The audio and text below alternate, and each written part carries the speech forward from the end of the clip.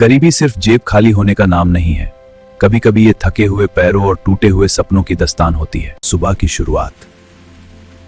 रम्मू का दिन तब शुरू होता था। उसका एक ही चीज सपना है, उसके पास पहने को वही एक कुर्सी दूर रहना। वो नहीं चाहता कि कंधों पर है, वही उसकी बेटी की किस्मत बने। मेरा एक ही सपना था। मेरा नहीं चाहता था कि जो बोझ उसके कंधों पर है वही उसकी बेटी की किस्मत बने। एक दिन सख्त गर्मी थी। सूरज आग उगल रहा था और सादक की दम भर पिघल रही थी। सुबह से सिर्फ एक गिलास पानी पिया था। रुक जा। लेकिन बाबूजी, मैंने कहा रुक जा। उन्हें स्टेशन जाना था और उनके पास भारी सूटकेस थे।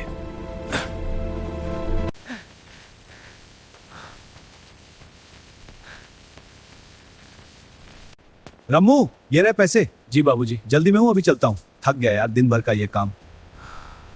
एक पेड़ के नीचे सुस्ताने की सोची, तभी उसकी नजर पीछे की सीट पर पड़ी।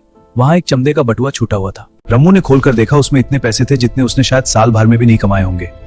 एक पल के लिए उसके मन में ख्याल आया, मेहनत की रोटी भले ही थोड़ी हो, पर नींद सुकून की देती है।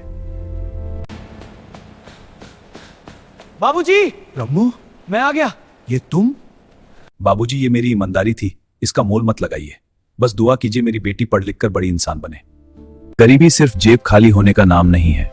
कभी कभी ये थके हुए पैरों और टूटे हुए सपनों की दास्तान होती है। सुबह की शुरुआत। रम्मू का दिन तब शुरू होता था। उसका एक ही चीज सपना है, उसके पास पहने को वही एक कुर्सी दूर रहना। वो नहीं चाहता कि कंधों पर है, वही उसकी बेटी की किस्मत बने। मेरा एक ही सपना था। मेरा नहीं चाहता था कि जो बोझ उसके कंधों पर है वही उसकी बेटी की किस्मत बने। एक दिन सख्त गर्मी थी। सूरज आग उगल रहा था और सादक की दम भर पिघल रही थी।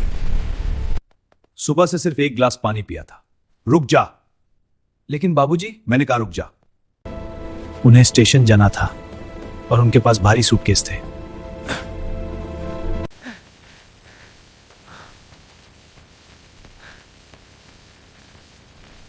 रम्मू, ये रहे पैसे। जी बाबूजी। जल्दी में हूं, अभी चलता हूं। थक गया यार, दिन भर का ये काम। एक पेड़ के नीचे सुस्ताने की सोची, तभी उसकी नजर पीछे की सीट पर पड़ी।